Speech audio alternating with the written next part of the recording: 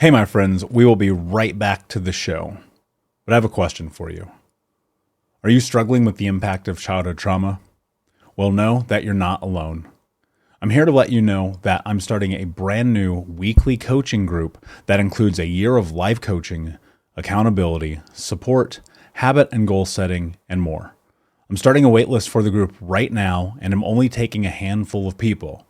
And I'll let you know that through this personalized coaching, we'll work together to help you understand how your childhood trauma has shaped your beliefs, behaviors, emotions, and will help you create a roadmap for healing and growth.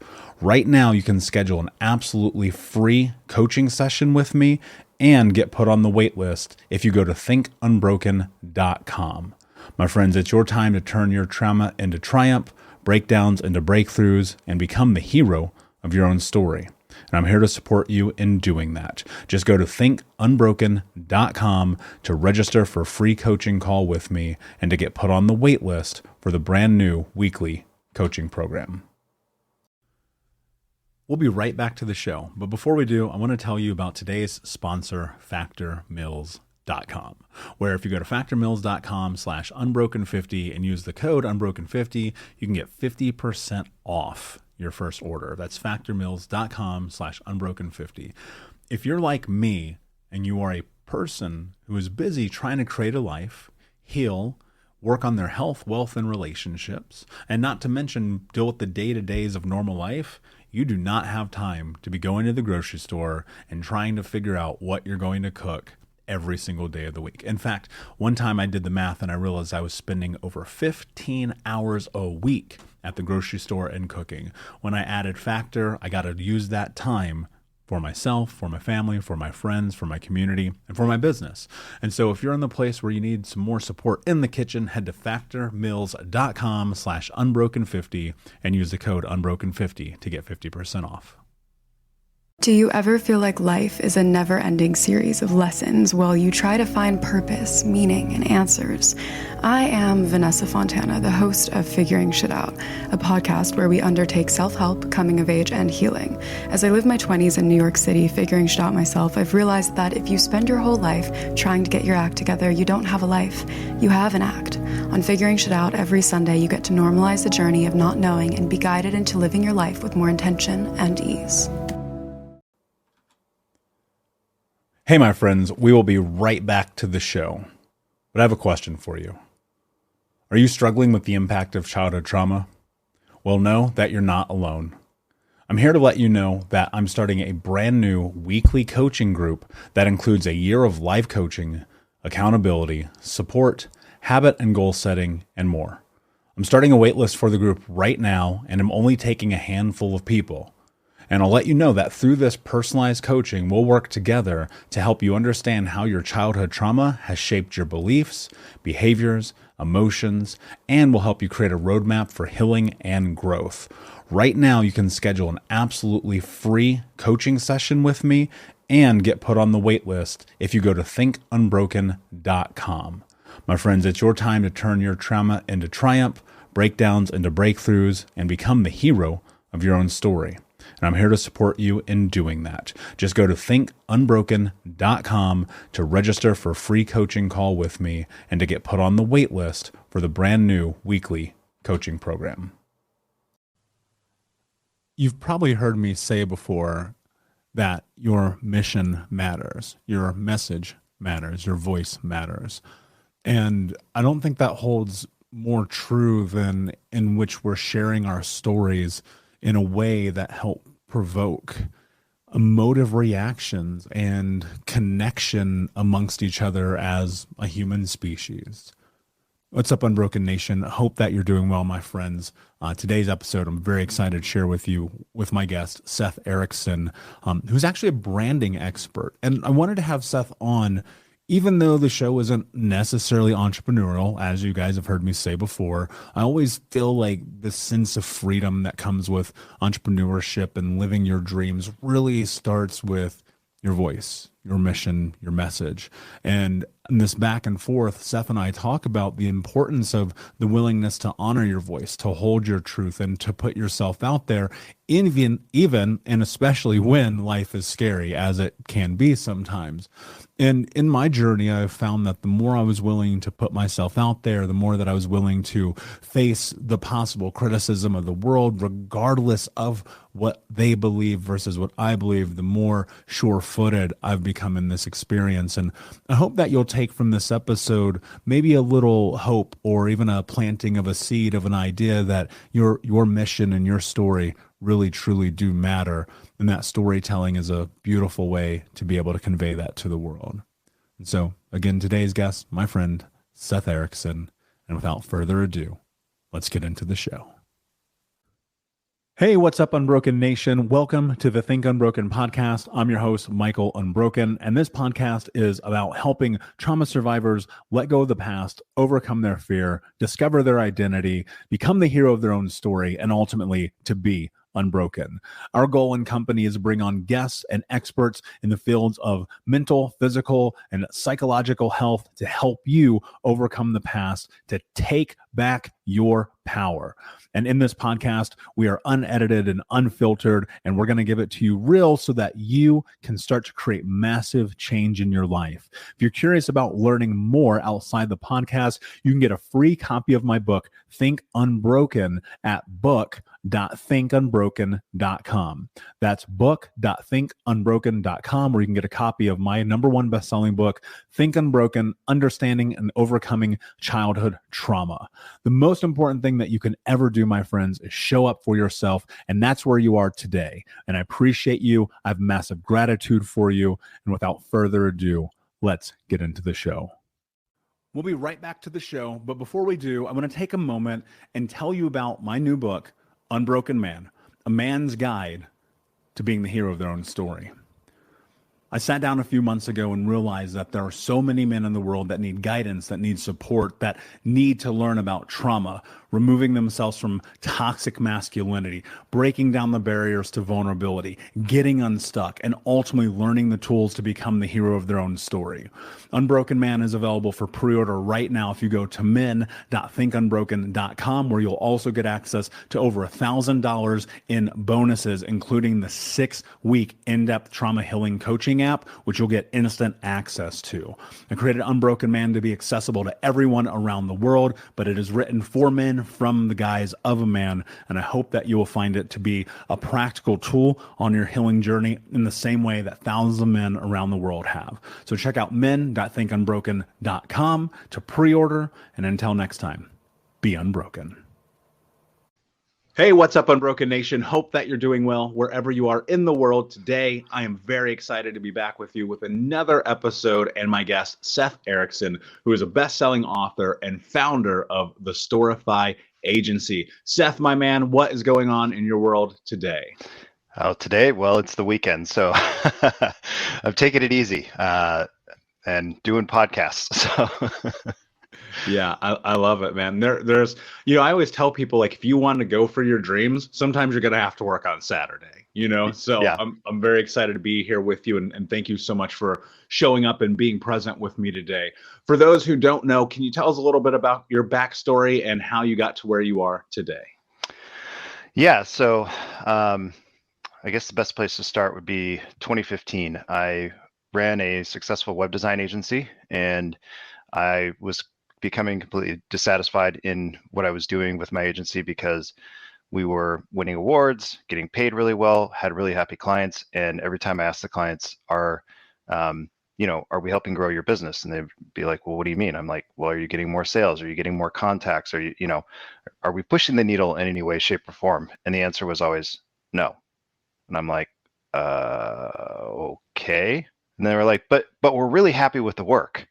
I'm like, okay, but like, I want to, you go to design school and they talk about, design's going to change the world. And I'm like, all right, I want to change things. I want to help people. Like, I'm in business to help other people, have a better life or do something more. And that was kind of always my focus. And so I got really dissatisfied because I'm like, okay, we're doing all this stuff, but what's the point? right? Like you're just kind of like in this place where you're like, my job doesn't have any meaning. Yes, I'm making all this money, but there's no meaning to what I'm doing. So I called a friend of mine who was used to be the international head of branding for GoDaddy. And I said, hey, I'm thinking about, we need to make a change in the business. And, I don't know what to do next. And so went through a process that he had for like branding and stuff. And he said, okay, you're a storyteller. And I was like, great. How do you make money as a storyteller?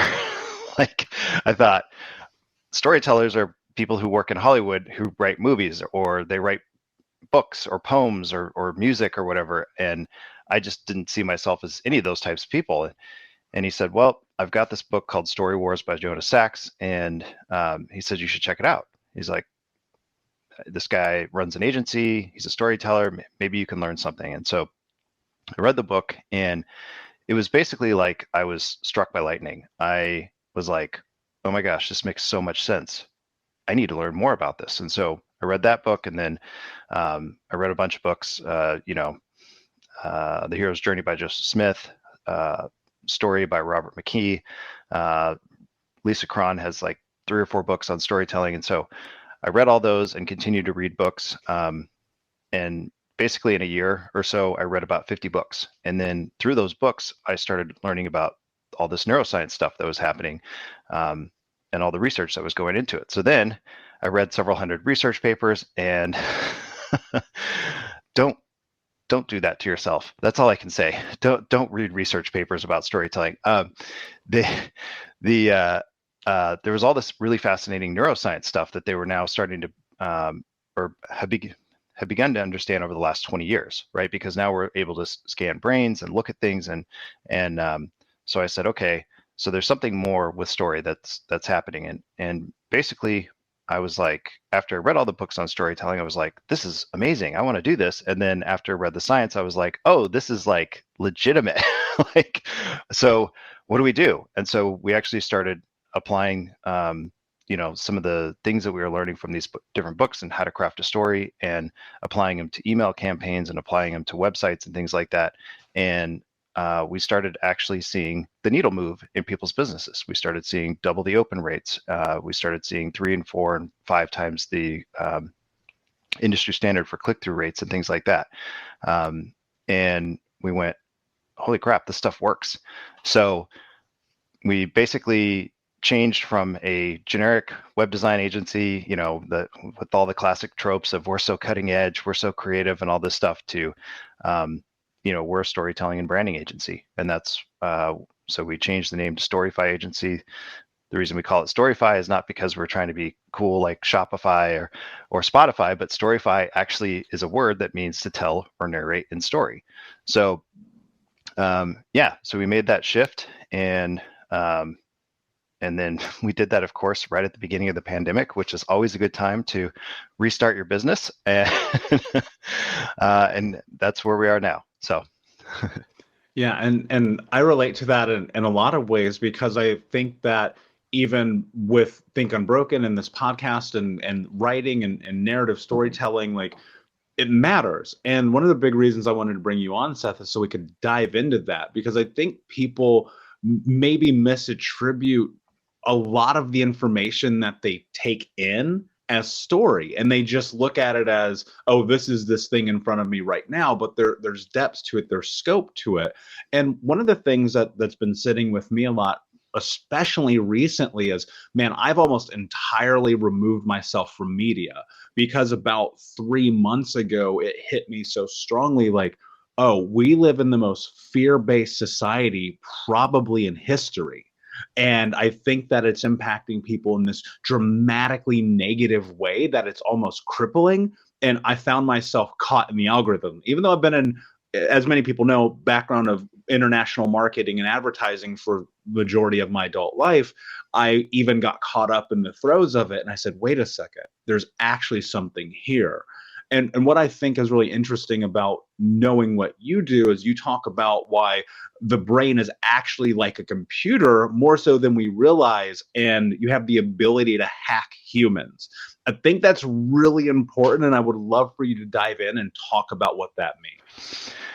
Yeah. So, so for the book, I used the computer analogy mainly because the book is targeted at startups. Although anybody who's an entrepreneur or small business owner can pick the book up and really understand the principles and start applying them in their business.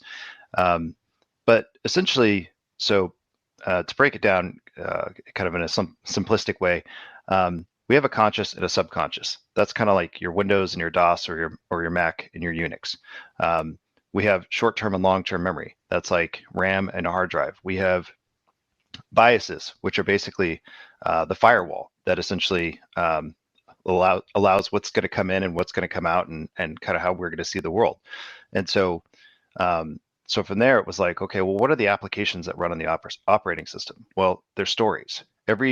Every experience we have, we tell in a story or we remember in a story format. And so then the next question becomes, well, how do you so it's a little bit hyperbolic, I guess, to say, hacking humans, but you got to market when you got a new book. But the idea though is still true that basically to write to the operating system, you use storytelling. And so that is what the brain, it's a pattern. Basically, when you tell the hero's journey or a type of hero's journey, it's a pattern that the brain understands, it picks up on, and it locks into, right? And so that's how, people can sit and through a 2-hour movie and walk out like as if and they're like, wow, that was really short. Or if they didn't like the movie, they'd be like, that was terrible. I can't believe I wasted 2 hours of my life. But point being is like, people can sit there and be completely focused on something for 2 hours to the point that like they don't even realize time has passed by, right? And it's because the brain is so locked into that narrative. So so that's kind of the gist of why the brain is, I guess, like a computer. And when people are locked into that, I mean, I would have to assume that there are both positive and negative connotations that go along with consumption, right?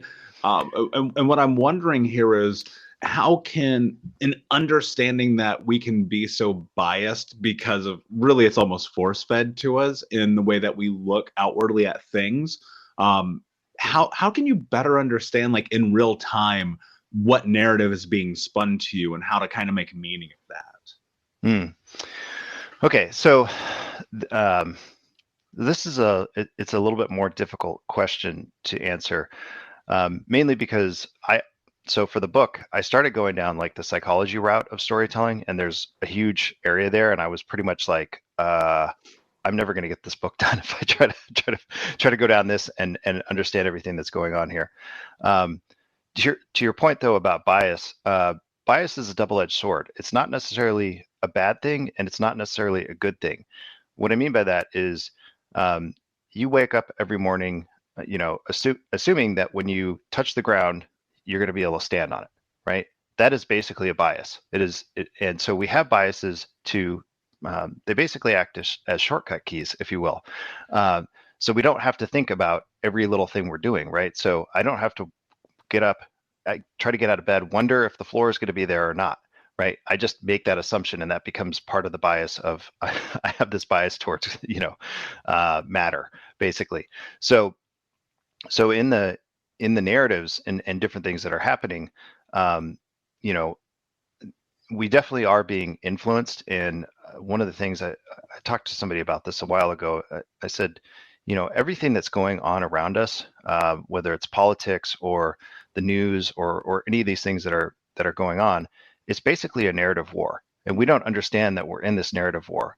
Like if you look at politicians, one side says this thing, the other side says this thing, and they're both trying to get you to believe their story or their version of the story, right? And so there's this conflict going on, and yeah, I mean, it's basically manipulation, it's propaganda, it's essentially the dark side of story, which in my book I specifically didn't cover because I was like, I don't want to go down this route and be like the guy who's like, okay, children, here's how you build a bomb, so I specifically left that kind of stuff out. But you are correct in sort of identifying that, like, we are constantly being bombarded by these things, and they do affect us over time. Like, may not realize it right away, but over time, it's a little bit of code's going to seep in, a little more seeps in, a little more seeps in. And then, like you said, one day you wake up and you're like, holy crap, I'm afraid of everything, or I'm still so stuck in fear.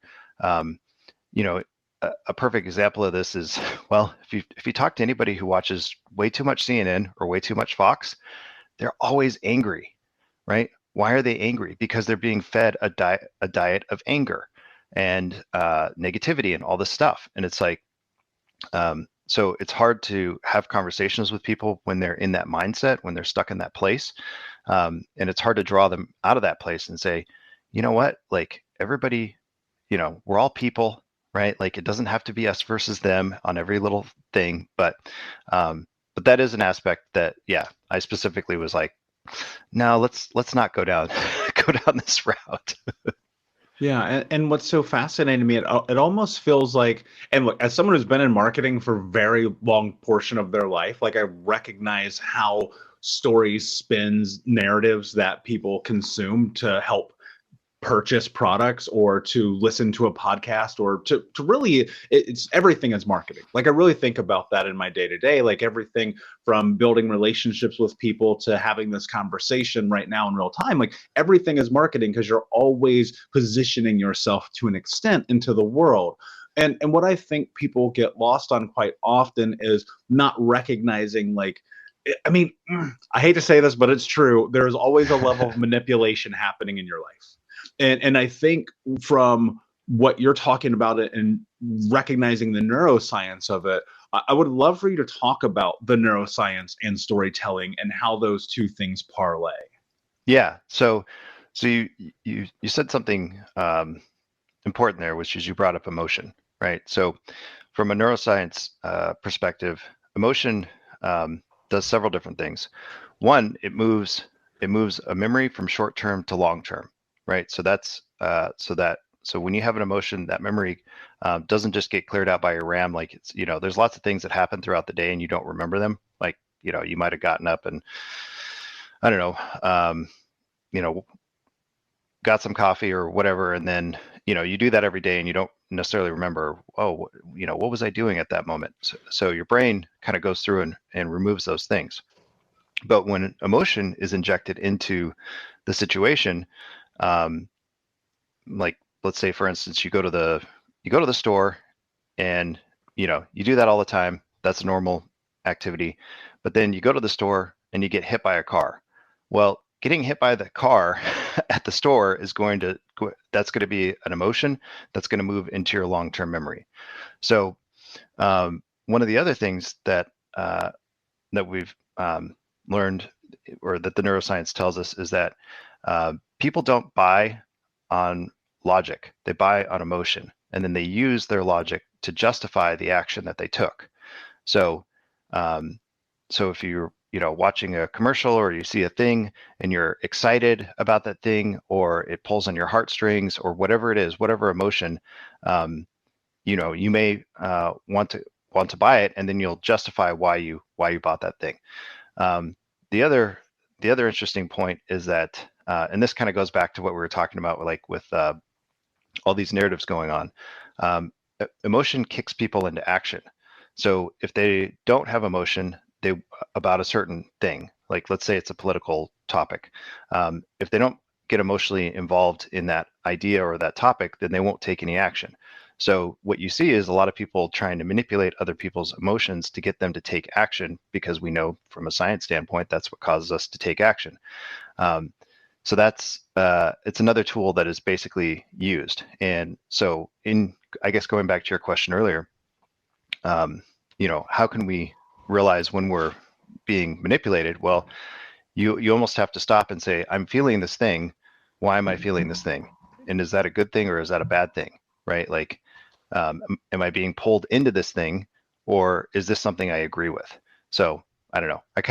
I'm jumping all over the place, but I'm trying to answer your question. So, so continuing on the neuroscience topic, there's several different things that I highlighted in the book. The first chapter of the book is actually about the neuroscience, and there's actually a bunch more stuff, but I was like, this is going to get way too nerdy, and I'm just going to turn people off. So I kind of tried to cherry pick some of the most interesting tidbits. So one is they did an experiment where they hooked up a storyteller's brain and scanned his brain waves, and then they hooked up several hundred people in an audience, all to these same machines. And what they noticed is that when the storyteller started telling the story, over time, everybody in the audience, their brainwave synced up with the storyteller's brainwave. So that's some like really science fiction-y kind of stuff, right? Like we never knew that was going on when people were telling stories. We just knew people like stories and they listened to stories, but we didn't know that like we're actually at a brainwave level getting on the same frequency, if you will. So that was an interesting tidbit. And I think that speaks to how you can connect with people on a deeper level when you're using storytelling versus like shouting at them and trying to get their attention, which is what a lot of marketing tends to do. One of the other things that we started to learn is that when people tell us a story, then we in return start creating a simulation of that story in our heads. And so what we're basically doing is the brain's going, okay, what would I do in this situation? How do I survive? How do I, whatever. Like, I'm sure you've probably watched a movie and thought, well, if I was in that situation, right? Like if I was John McClane in Nakatomi Tower, I would have done this or that, or maybe I wouldn't have done anything, or when a friend tells you a story and you're like, well, if I was you, man, I would have done this, right? You've essentially recreated that simulation in your head. You've looked at it and your brain is going, okay, what do we do here? So that kind of goes back to, whenever we hit planet Earth or became or whatever, we used storytelling from the beginning. We used it before we were painting on the inside of cave walls. We used it before we could write or had alphabets. We needed a way to transfer information from one human to the next, from one generation to the next. And so that was everything from, eat this berry, don't eat that berry, don't pet saber-toothed tigers, they bite, whatever the information that we needed to get, it was passed along in that format. And so that's why today we stop, we make those simulations. We're trying to figure out, it's basically a survival mechanism. We're trying to understand the world around us. And so when you put something in a story format versus, just giving somebody facts and figures, one of the other studies that was really interesting was, they, again, brain scans, right? When you tell a story, the listener, up to 7 different parts of the brain light up in the listener. So that basically means, your full brain is being engaged as opposed to just part of it. Whereas when you tell people facts and figures, only 2 parts light up, and the 2 parts is basically your audio cortex and then your language comprehension part. So using the computer analogy again, so what happens when you have 7 parts of the brain lighting up versus 2? Well, it basically means like a RAID server that story is being replicated through those different senses. And so it's much easier to remember that thing than it is when only 2 parts of your brain are engaged. And then they did studies on this where they basically had people stand up and tell a story, and then they asked the listeners afterwards, how much can you recall? They tested them on it, and the recall was about 80%. And then they had people stand up and give facts and figures, and the recall on that was like 20 to 30%. So all that stuff, all that, neuroscience stuff is telling us that there is a better way to communicate and a much more effective way to communicate than, like most people are doing now, which is they're not really telling a story. They may be telling half a story. They may be telling part of a story, but they're not really looking at it like I am telling a story. And so that's one of the key points that I'm wanting people to understand is like, you can do this. You just need to know how to do it. We'll be right back, but I wanted to take a quick moment to tell you about the Think Unbroken 6-week trauma healing coaching program. If you go to coaching.thinkunbroken.com, that's coaching.thinkunbroken.com, you can sign up for the 6-week daily Think Unbroken trauma healing coaching program. In this program, we're going to go over the 6 principles of healing trauma, adaptation, understanding the impacts of trauma, how to become the hero of your own story, story, what to do next, and ultimately what it means to be unbroken. For more information about this 6-week coaching program, which you can download as an app on your phone and take with you everywhere, no matter where you are in the world, it's interactive. It's built about giving you practical tools that you can use in real time. And if you're ready for what's next in your life, go to coaching.thinkunbroken.com. Again, that's coaching.thinkunbroken.com. Now let's get back to the show. Yeah, and and what comes to mind here is just thinking about, is that possible in your day-to-day interactions, whether it's with your boyfriend or girlfriend or children or coworkers, or, how do you, because I think that people often get caught up in like, this is the fact, and then you're like having a yelling contest with each other. Is there a way to do this in a practical sense where you can have a back and forth? Well, I think the best way to use a story is to help people sort of understand where you're coming from, or why you're feeling a certain way, or acting a certain way, or saying a certain thing.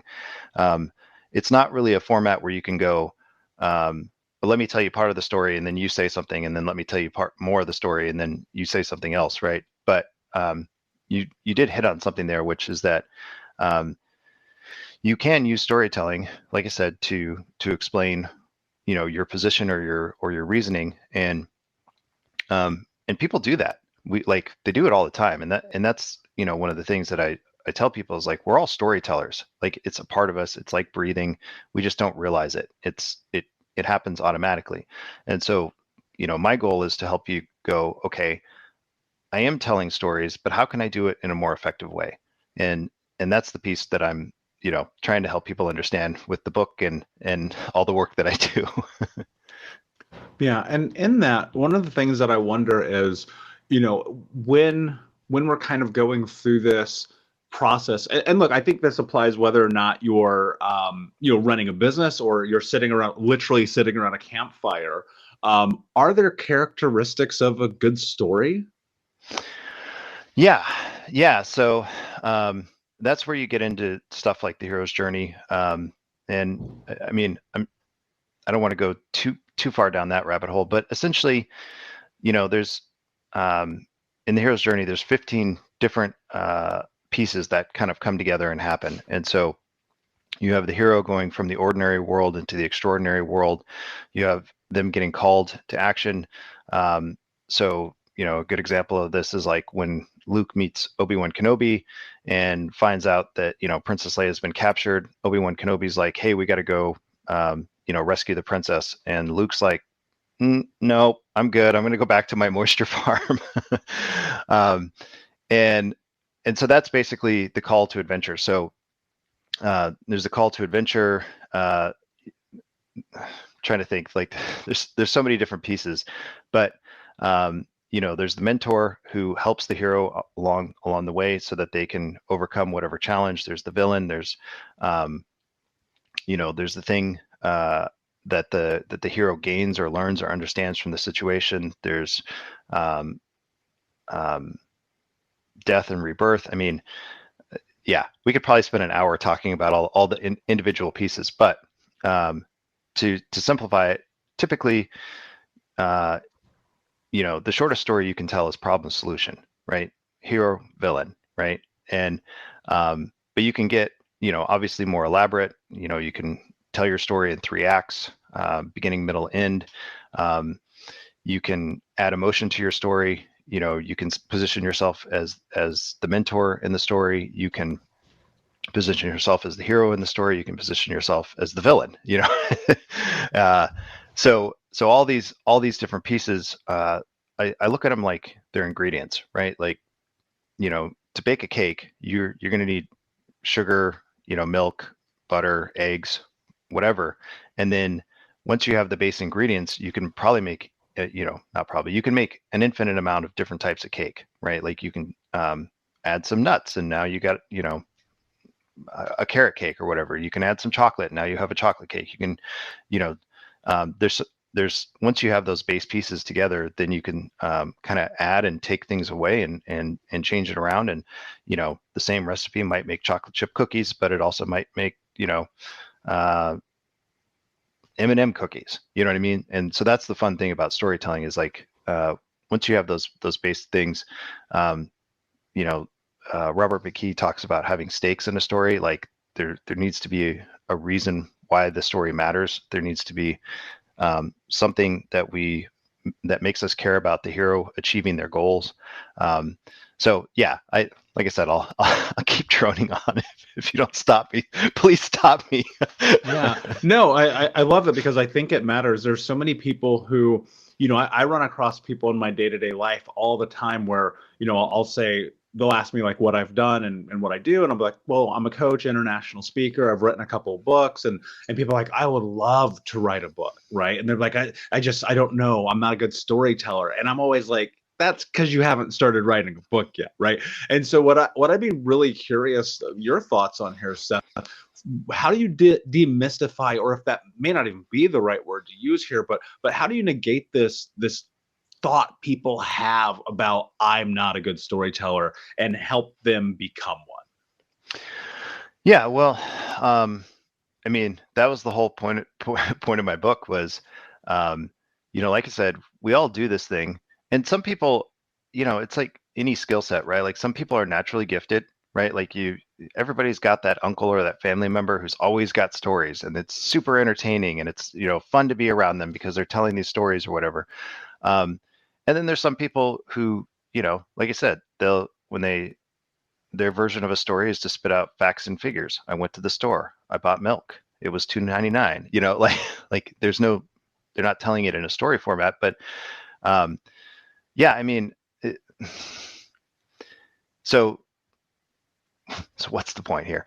The point is that it is a built-in skill, and, just taking some time to learn about is, the hero's journey, right? Like you don't even have to read my book. You can Google the hero's journey and you can, learn all 15 different points and go, okay, how do I start applying that to my storytelling? How do I, what is my story?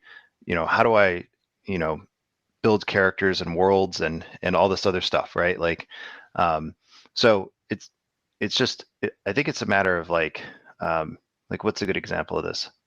Oh yeah, Wim Hof. You've heard of that guy? Yeah. Yeah, of course. Yeah. Well, he started doing all this work around breathing, right? Like, and then he started doing crazy stuff because he was controlling his breathing and how he's breathing and whatnot. But how many of us are going, I'm really curious about breathing. I'm really thinking about that. Most people aren't, unless, maybe you're an athlete or you're, doing something where you have to think about it. But the rest of us, we just do it because it's part of the autonomic system and it's just built in and it works on its own. And so why would we think about it? And storytelling is kind of the same way. The brain is set up in that fashion to tell stories, but we don't think about it because it's like we're so close to it, we don't see it. So, so to become a better story, first you have to start to understand, what stories are. You need to understand like the structure of stories. You need to understand, the principles of what makes a good story versus a bad story. And then you can kind of go, okay, now how do I apply this, right? And I actually talk about that in the book as well. The final third of the book is basically what I call steal my shit. Like here's how you do this. Here's how you actually apply this stuff to your website, to your emails, to your ads, your marketing, all this stuff. So yeah, I mean it's not hard, like but there's a lot of stuff you just don't understand about it until you read about it and you take the time to sit down and learn. So yeah, and one of the things that I'm curious about is, one of the things I always tell people is like, be the hero of your own story. And I think so many narratives are really embedded and ingrained in us in our youth, in our childhood, and in our teens. And I mean, even in every moment leading up until now. And we kind of get trapped in that. Just from your perspective and looking at the science and the neuroscience of it and understanding storytelling. And I know this might feel like a left field question, but I'm very, very curious, so I have to ask. Is there a way to change the story in your own head based on the understandings that you've had at looking at neuroscience and storytelling? Yeah. So the short answer is yes. again, because that fell into the psychology area, I was super curious. So I kind of like peeked a little bit and was like, oh, okay. So I know that there's a type of psychology that uses that addresses storytelling and uses storytelling to rewrite the story that you're telling yourself. So I do know that much. And one of the things that I was reading about when I started going down this path was, and I'm sure you're probably familiar with this, is the concept that like we basically build these personas, or you might call them stories or applications that help us survive as a child through whatever situation, good or bad. And quite often they're formed, especially with children who deal with trauma, right? Like there's a protection mechanism basically put in place that our brain puts there. The problem is that program becomes outdated over time.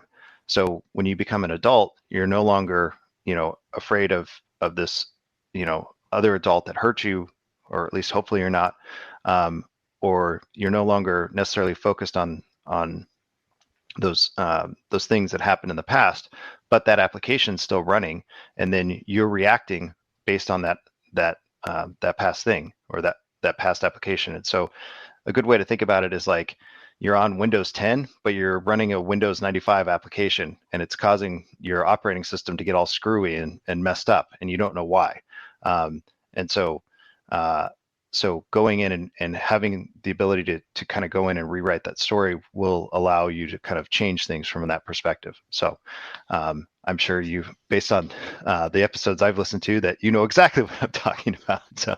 Yeah, and what I'm hearing here is it's possible, right? You have the ability to do that, and I think that's the biggest takeaway that I really want people to understand is like, you don't have to be trapped in that narrative. It might take some time to like move through it, but it is possible to move through it.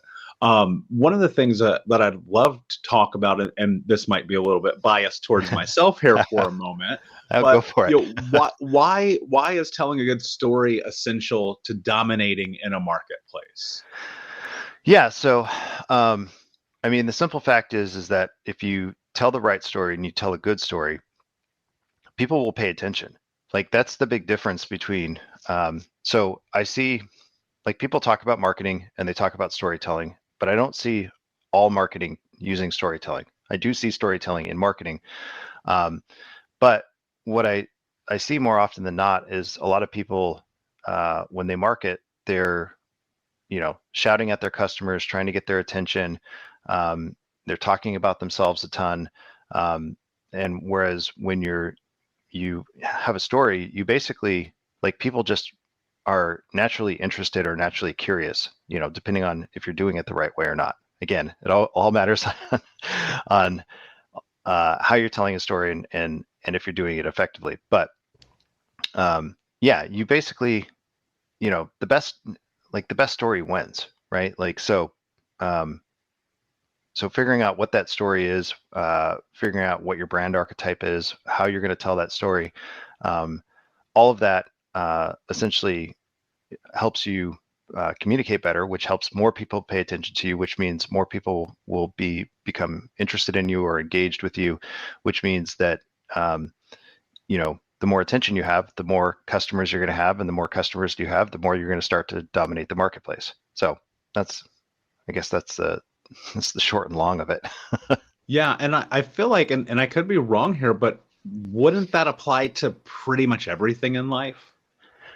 Yes. Which is why I think storytelling is super important, but you could also call me the hammer that sees everything as a nail. So yeah, well, but I think it does apply, because I know right now there are people who are like, well, I don't know how to navigate this problem in the workplace, and I don't know how to ask for a raise, and I think about all these other areas of life in which, like, being able to facilitate a good story. Obviously, look, I think at the end of the day, it's convincing. Because you're either convincing yourself or you're convincing someone else, but ultimately that's where it lies. And I think that if you can, and this is my own personal experience, but if you can learn how to understand how to get your point across in a way that, to your point, is engaging and makes people focus and be present with you, you will be heard more.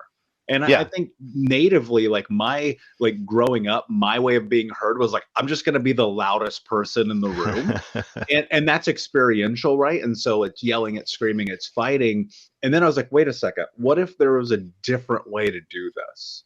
And I think that's so much of what this conversation is just adapting the idea and understanding. Like, if you can wrap your head around that, it doesn't always necessarily have to be factual and right down the middle and cut and dry, but instead you can create an experience around what it is that you're trying to convey. Like, it's going to be beneficial for you in the long run, right?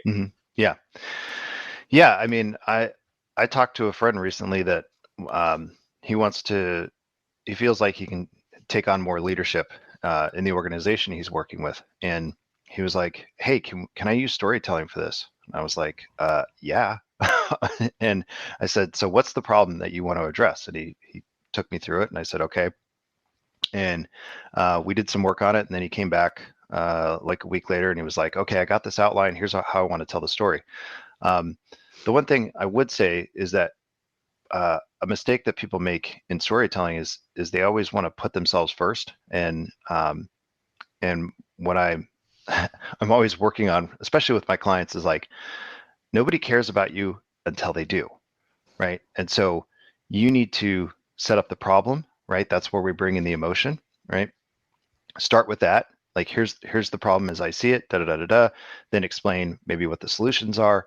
Then you can, at the end, you can talk a little bit about yourself, right? Because hopefully by that point they're bought into your idea or whatever, and then they'll be interested in learning more about you. But, I told them, I said, until they buy in to the story that you want to tell them, dude, you're like the end credits. Like you don't even matter in this thing. You have to get them bought into that emotional component of the problem as you see it. And maybe you'll get feedback and they'll say, well, we don't see this as a problem, or we see it differently. And I said, then maybe you need to go back and recraft that story, and then you can hit it again from a different angle or whatever, because story is so flexible. But, and that's actually what happened, is he went and talked with leadership, and they said, well, we kind of see it as a problem, we kind of don't, right? And then he had a better understanding of where they were coming from. And then he was able to kind of adjust his story a little bit. And then when he went back to them, they gave him, the ability to kind of start doing some stuff in the organization. So I guess that also hits on the relationship thing that you were talking about, and like, how can we, build relationship or use this in relationship. So, yeah. So I don't know. Did I answer your question? Yeah. No, I think it just kind of goes to that point, in the idea that, having the ability to have a narrative around the way you communicate with people is going to be a cornerstone to, I don't want to call it success in your life. I think that might be too strong of a word, but towards creating change. You're going to need to be able to navigate that ultimately. Seth, before I ask you my last question, can you tell everyone where they can find you and a little bit more about the book? Oh, yeah. So the book is called How to Hack Humans, Storytelling for Startups. You can find me at storyfyagency.com, www.storyfyagency.com. And if you go to storyfyagency.com/unbroken, you can download the first chapter of the book, which actually talks about the neuroscience stuff that we've been discussing here today. The book is available on Amazon in paperback, hardcover, Kindle, and it's on Kindle Unlimited. So if you have that service, you can just get the book for free. So amazing. And obviously we'll put the links in the show notes so that you can get that first chapter for free, so you can read that. My last question for you, my friend, is what does it mean to you to be unbroken? To be unbroken, I don't know. I would say it's simply never giving up, never staying down, never quitting, never, like, you're going to lose in life. We all do. But it's how you respond to that loss. Whether it's, losing financially, losing a loved one, getting your ass kicked, whatever. How you respond to that is, I think, what's going to determine whether you're broken or unbroken. And so I see it, at least for me, as like going, okay, that sucked, but how do I do it better? Or how do I not let that happen again? And taking time to understand, the loss, taking time to not let it put you in a bad place and cause you to go way off the rails.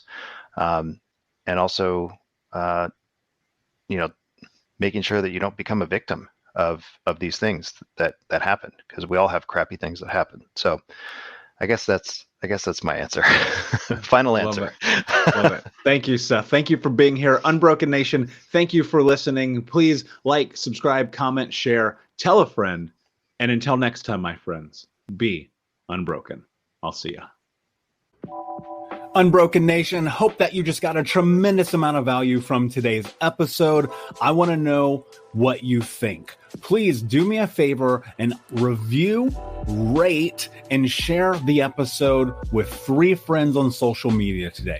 It would mean the world if you did, because ultimately at the end of the day, creating community and connection is how we heal generational trauma in the world. And I need your help to do that, Unbroken Nation. So if you're on iTunes or Spotify or wherever you are, please like, comment, share, review. I want to know not only what you like about the show, but how I can make the show better, how I can make this further about helping you on your healing journey. So do me a favor.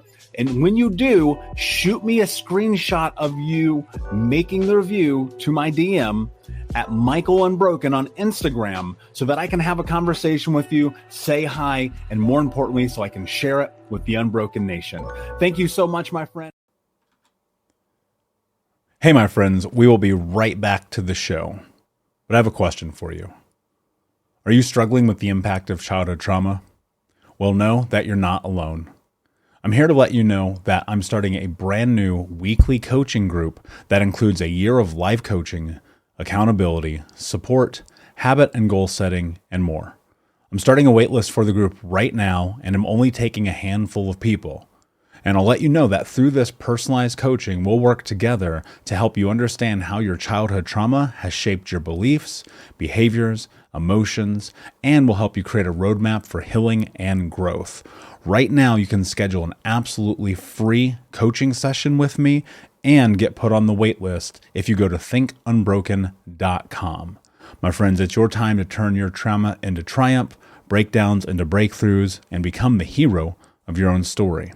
And I'm here to support you in doing that. Just go to thinkunbroken.com to register for a free coaching call with me and to get put on the wait list for the brand new weekly coaching program.